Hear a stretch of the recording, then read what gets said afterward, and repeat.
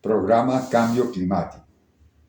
En este episodio, el ingeniero forestal con maestría en conservación de bosques, Álvaro Vallejo Rendón, se refiere a la insuperable oferta vital que representa América para el mundo. También nos expresa la singularidad tecnológica que ha logrado la humanidad y sugiere y presenta acciones personales que pueden hacer la diferencia. Bienvenidas y bienvenidos. La importancia de América del Sur, cómo América del Sur era el continente más importante en términos de biodiversidad. El IPBES trae este mapa que me pareció interesante del valor económico estimado de los servicios ecosistémicos en toda América. Y estos círculos en color como magenta muestran como el tamaño de ese valor de los servicios ecosistémicos.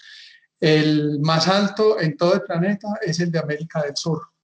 Y es el valor estimado, o sea, ese valor intrínseco de los ecosistemas es tan alto en este momento como el valor de la producción, digamos, que se mide en términos económicos clásicos.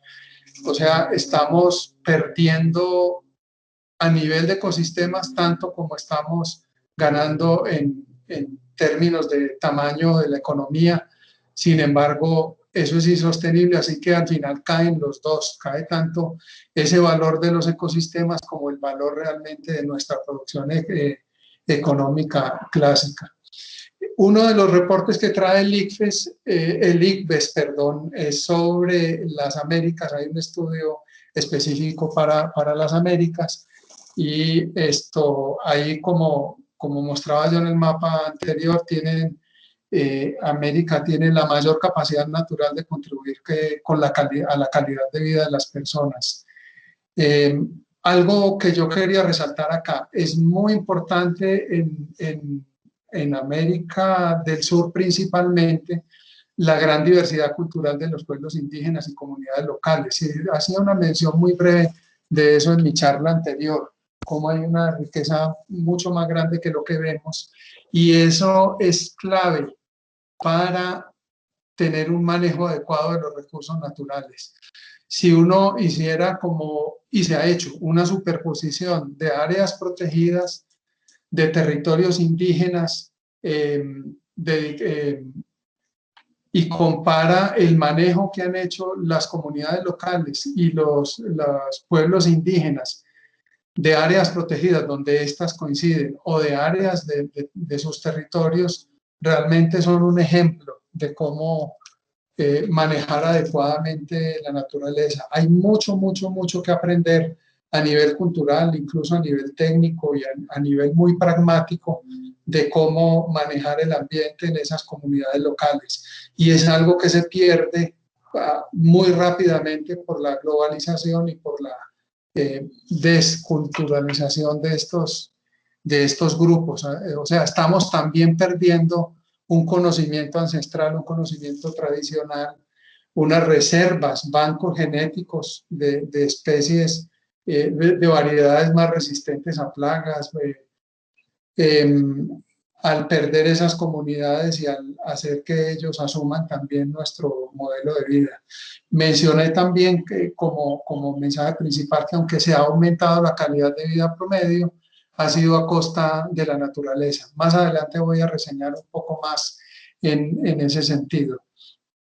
Hemos aumentado la producción de energía renovable, pero también a costa de las áreas que utilizamos para la producción de alimentos y de las áreas que tienen vegetación natural.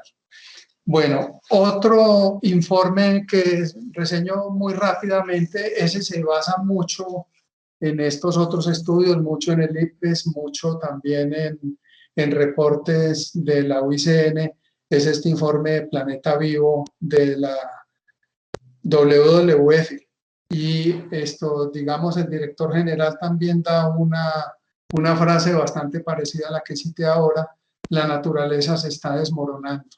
Ese es un resumen de este informe. Yo no voy a entrar mucho en detalle sobre él, solamente menciono que existe en WWF, lo pueden encontrar muy rápidamente en español, También hay un resumen para los tomadores de decisiones que se lee muy rápidamente y que los aliento a que lo hagan. Aunque se base mucho en los otros informes, pues cada uno tiene una mirada y unos aportes diferentes que ayudan a tener una visión más holística.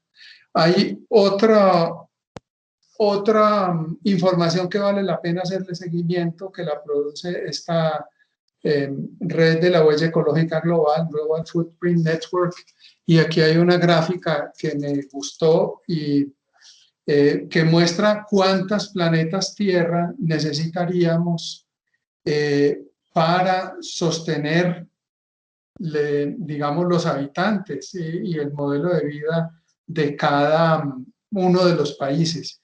Entonces, acá abajo en la flechita que señaló, sale un círculo que representaría esto es un planeta Tierra, esto es, y cada círculo de la gráfica a la izquierda es cada uno de los países. Entonces, la gran mayoría están muy por encima de este tamaño de un planeta Tierra.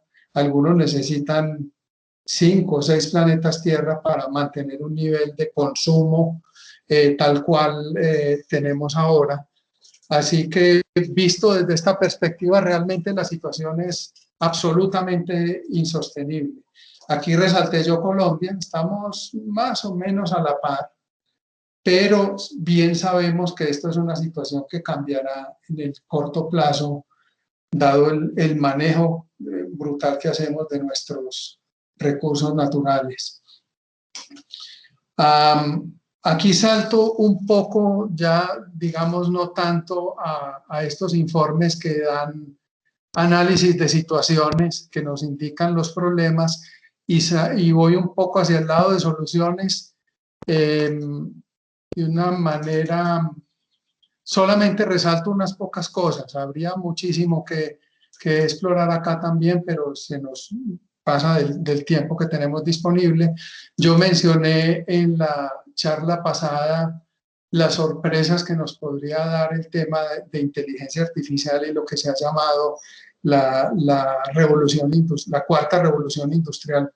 Y acá hay un informe de PricewaterhouseCoopers de 2018 sobre la cuarta revolución industrial para el planeta y cómo la inteligencia artificial se podría utilizar para resolver algunos de los problemas ambientales.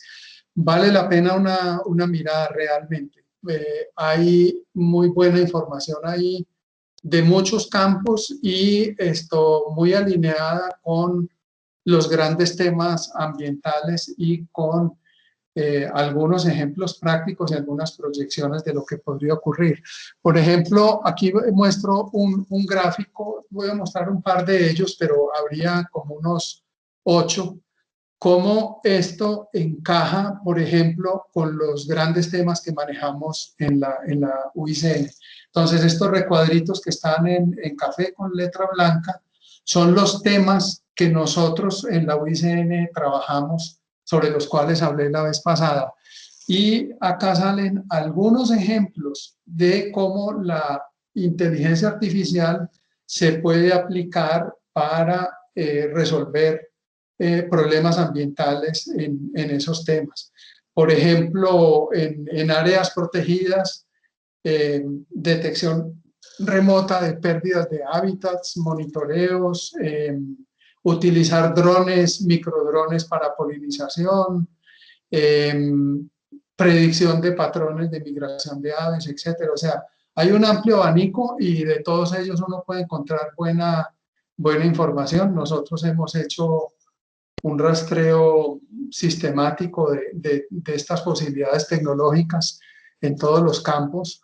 Por ejemplo, hay casos bien interesantes de cómo con inteligencia artificial, sensores remotos y datos, lo que se llaman Big Data, bancos de datos masivos, se puede predecir, por ejemplo, dónde van a atacar los cazadores ilegales, estos que matan, por ejemplo, rinocerontes o elefantes para extraerles el marfil.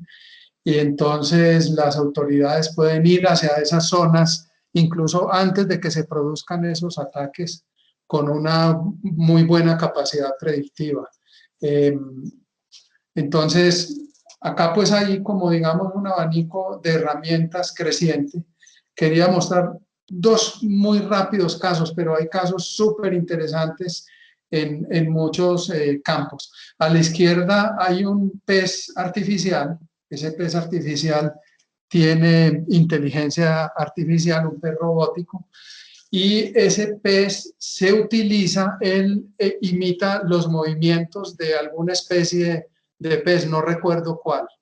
Y él es capaz de tomar el liderazgo de un cardumen, de una masa de peces, y guiarlo hacia zonas, digamos, seguras, donde hay niveles de contaminación menor o que se escapen de redes de pesca. Este sería un ejemplo de cómo la inteligencia artificial podría ayudar a salvar la fauna. Aunque si lo vemos del lado contrario, probablemente se podría utilizar este mismo pez para llevar a esos cardúmenes hacia las redes de pesca. Así que pues toda moneda tiene dos caras, pero al menos está esa posibilidad de utilizarlo para el bien de la naturaleza. Y a la derecha muestro también un robot, es un cazador del pez león, que es una especie invasora muy agresiva, que una vez que invade un ecosistema acaba con la fauna local a un ritmo tremendo. Entonces este robot es capaz de capturar a estos peces, los engloba y los saca a la playa. Ahí se pueden utilizar para alimentación, y el pez también va aprendiendo, digamos, de los hábitos de estos peces y va adaptando sus estrategias de caza a medida que los peces también aprenden a esquivarlo. Así que es una lucha entre inteligencia artificial y una especie invasora. Pero ejemplos como ese, pues hay muchísimos.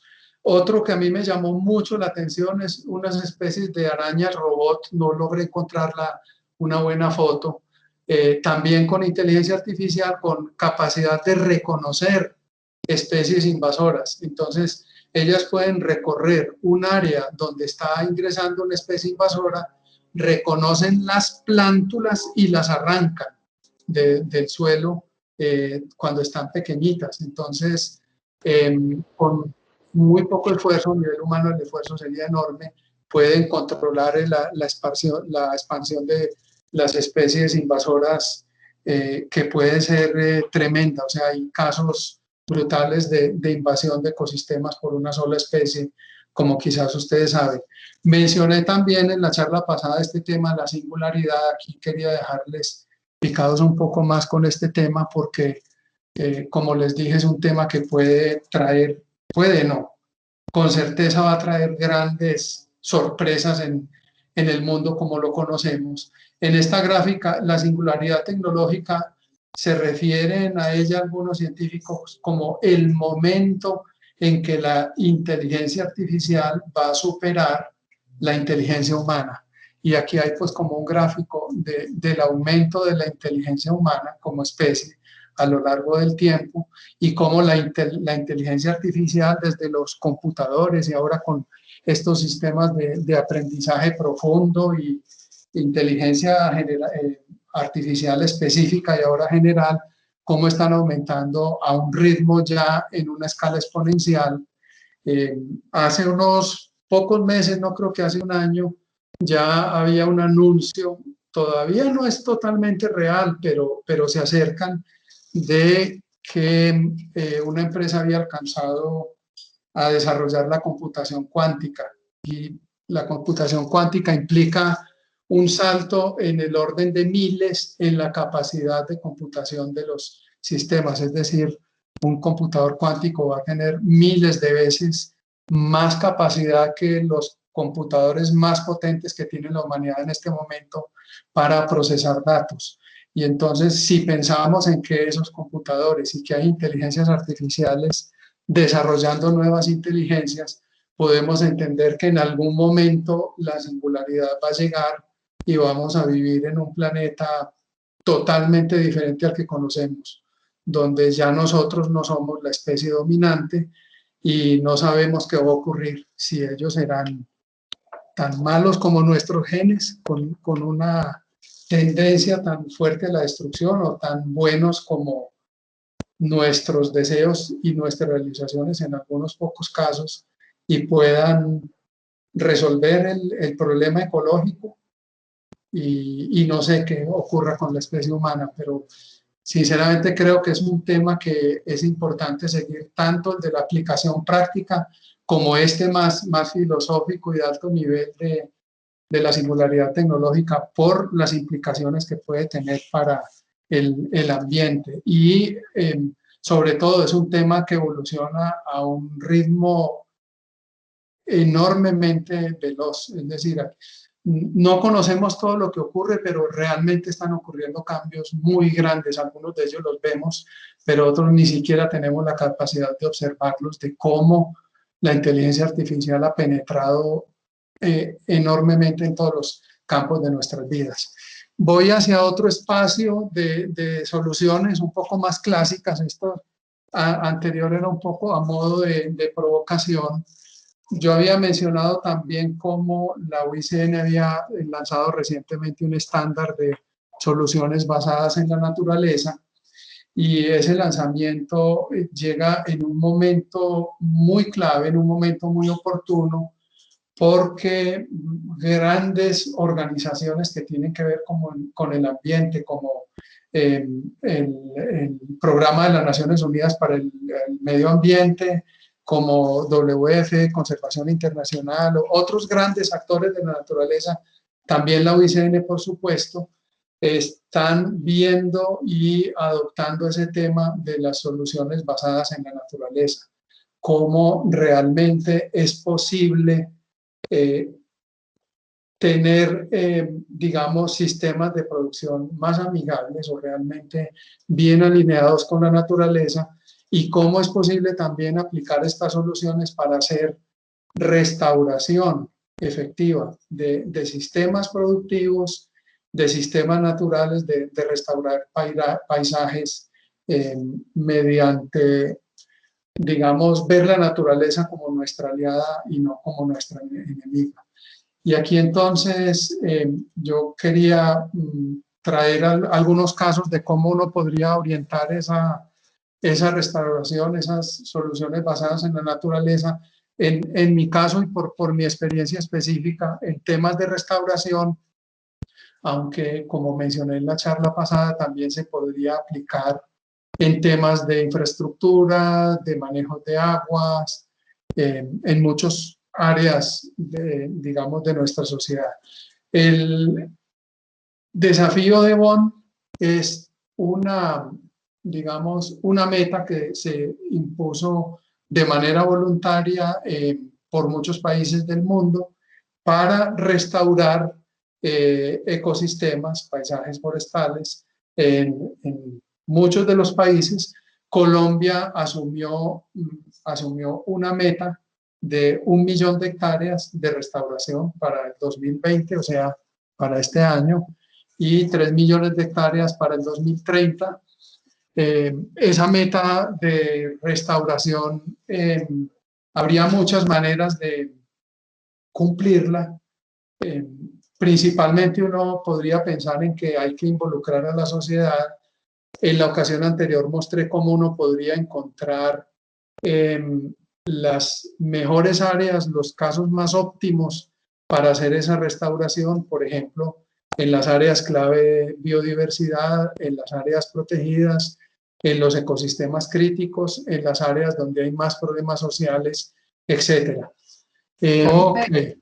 Y entonces, aquí quería mostrar acá mostrando voy bajando de escala. Esto eran como 30 kilómetros. Ni siquiera necesariamente. Y fueron el resultado de grandes acciones de los gobiernos, una institución o de la sociedad, digamos en masa, sino como y él simplemente pequeño, se puso en la meta se pueden hacer grandes cosas. Agarrar esta foto la tomé que tiene unas áreas de retiro, una carretera que son por ley y que existen son bastantes kilómetros, y lo que hay al lado y ahí están, y eso es pues digamos que él obviamente no sembró las 30 hectáreas, pero sí fue la decisión de un funcionario, fue tener esa decisión firme y de buscar los medios, porque realmente esto se hizo con muy pocos recursos. De hecho, se apoyó con algunos incentivos que daba el propio Estado para la restauración forestal.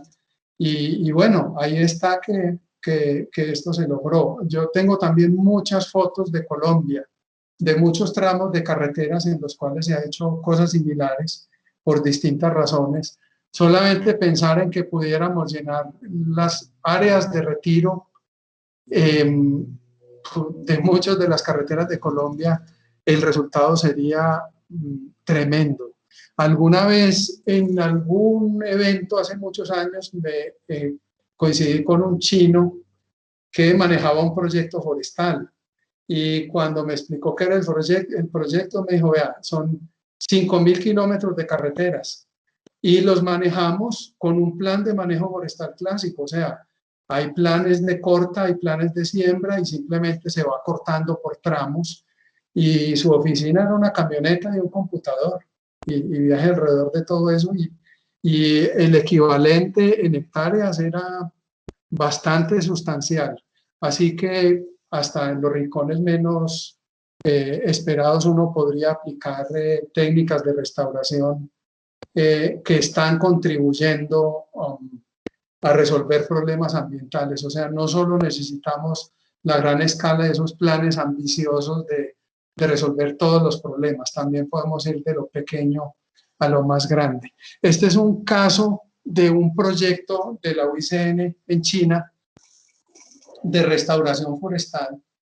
El paisaje alguna vez era un paisaje productivo como aparece abajo y se perdió por el mal manejo, por un manejo no sostenible del recurso hasta que se volvió un desierto erosionado.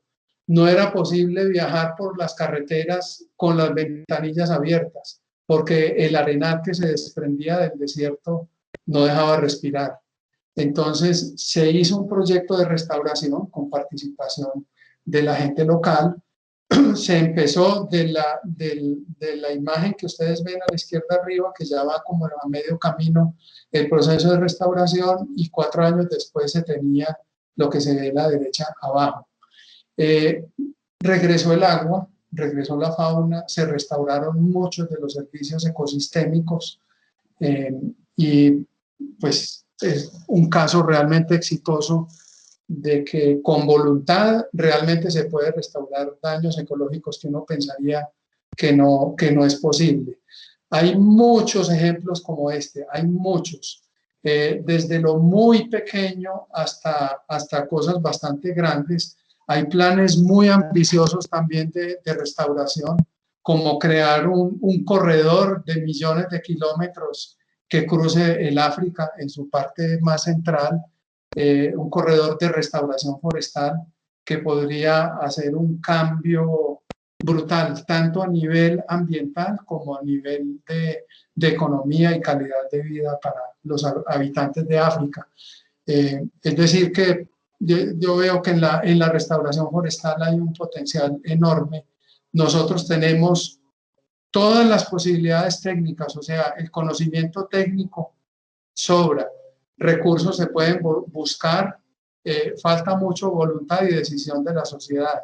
Hay técnicas también de inteligencia artificial que permiten sembrar árboles en paredes de montañas que están erosionadas y se les puede disparar cápsulas, semillas encapsuladas para que germinen al tocar el suelo. Así que también hay bastante de donde nos podemos pegar para hacer procesos de restauración. Hablando de restauración, yo la vez pasada no mencioné mucho, pero acá quería complementar un poco esto, una metodología que se llama ROAM, que es para evaluación de oportunidades de restauración.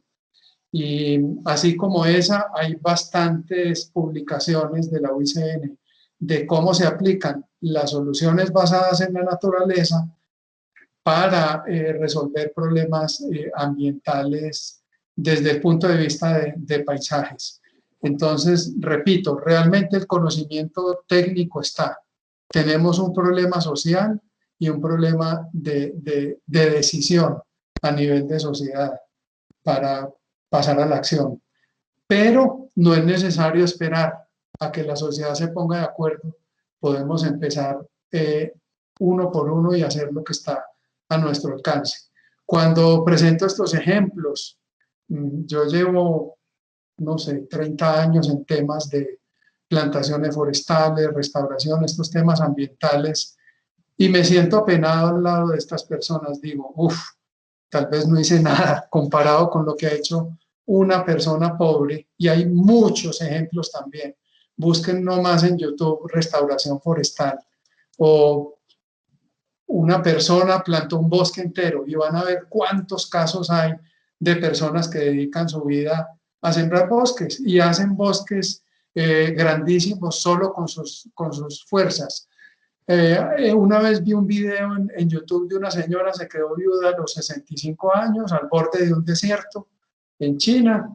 Tenía un burro, un pozo de agua al lado que sacaba con una noria, y se dedicó hasta el día que se murió a sembrar árboles en el desierto e ir a regarlos todos los días con el burro hasta que logró establecer un bosque. Aquí hay otro caso, otros dos casos.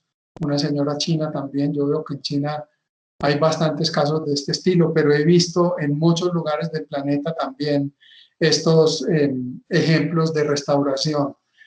Hasta una película, The Forest Man of India, de un señor que logró crear una reserva forestal de más de 500 hectáreas a partir de un área degradada, sembrando árboles él mismo durante muchas décadas.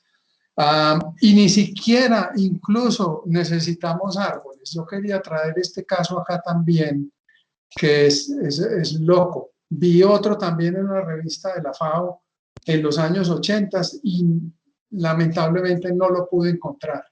Este ejemplo es bien curioso. Es del dictador libio Gaddafi, ese que fue pues como tan famoso que se opuso a Occidente y terminó muerto violentamente, pero Gaddafi alguna vez contrató a una empresa española para producir unas palmeras de plástico que tenían 7, 10 metros de altura, como se muestra acá. Son de plástico, con unos sistemas, digamos, de canales porosos que lograban capturar la humedad del desierto en la noche. En los desiertos básicamente el problema es que la temperatura baja demasiado, a veces a 0 o por debajo de 0 en la noche, y en el día aumenta hasta 50 grados. Entonces no es posible retener el agua en el ecosistema, pero digamos que estas palmeras de plástico, solo con su forma de árbol, lograban capturar la humedad por condensación en la noche. Ella se filtraba por estos vasos capilares e iba a mantener un poco la humedad del subsuelo, mientras durante el día también mitigaban los rayos del sol y creaban un microclima. Y solamente pónganlas ahí y váyase. E igual era la historia con unas acacias de plástico que plantó la FAO en los bordes del desierto de Gobi. Y ellos solos, solamente déjenlos ahí, se encargaban de recuperar el ecosistema y crear condiciones de humedad para que luego llegaran líquenes. Con los líquenes llegaban insectos, lagartijas, y se iban creando unos pequeños oasis, y sobre todo se detenía el avance de las arenas del desierto. Así que todo árbol cuenta. O sea, yo a veces veo también el tema de las especies exóticas y nativas. Y sí, claro, hay que tomar precauciones. No quiero decir que todo está súper bien, pero a veces se nos va la mano. Nosotros estamos en un planeta totalmente transformado y en el borde de la crisis. Necesitamos echar mano a todos los recursos disponibles, volver a repensar todo lo que sabemos sobre especies invasoras, especies nativas, sobre qué técnicas de restauración y qué podemos hacer por el ambiente. Y quería traer como este ejemplo que me parece bastante llamativo de de lo que podemos hacer utilizando técnicas muy diferentes. Y para terminar, yo les quería hacer una invitación. No sé si alguno de ustedes ha visto esta película, La sal de la tierra. Si no la han visto, véanla, véanla, véanla. Es una película súper impactante. Muestra las dos caras del ser humano en manos de un fotógrafo y un productor de cine brutales. Son tanto el fotógrafo, que es digamos, una biografía de este señor Sebastián Salgado, un brasileño que vivió muchos años en Francia.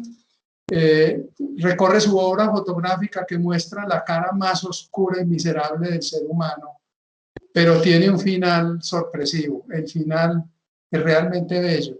Hay que verlo, realmente hay que verlo, porque es fuertemente inspirador de que nosotros podemos cambiar el destino de la Tierra, podemos recuperar cosas que se creían perdidas para siempre. Hay ejemplos de restauración forestal que son impresionantes y bueno, no quiero dañar como más contando toda la película, pero realmente véanla, es dolorosa y a la vez bella. Vale la pena verla en este contexto ambiental para ubicarnos un poco en que no todo está perdido y que en la esfera personal hay mucho que podemos hacer. ¿En qué sentido creo yo que mucho podemos hacer? Por un lado, ver estos informes que mencioné, leer estos resúmenes para tomadores de decisiones. Esto nos indica que vamos a tener un contexto en la parte en que actuamos como profesionales, interactuamos con el resto de la sociedad, y la parte final de la presentación la llevaba yo un poco a ese toque personal. Todo esto muestra también como personas, aparte de lo que hacemos en nuestro quehacer profesional, de lo que podríamos hacer a nivel personal para revertir esta situación. Todo árbol cuenta. Plantar un árbol realmente hace un cambio, y si uno planta 10, mejor, y si planta 100, 1000 o 1.000.000, aún mejor. Y no se necesitan muchos recursos. Gente muy, muy pobre lo ha hecho, entonces no tenemos excusas. Cuando me comparo con muchas de esas personas, digo, estoy en el lugar equivocado, o también hay que hacer esta parte y llevar el mensaje a otros lados, no lo sé.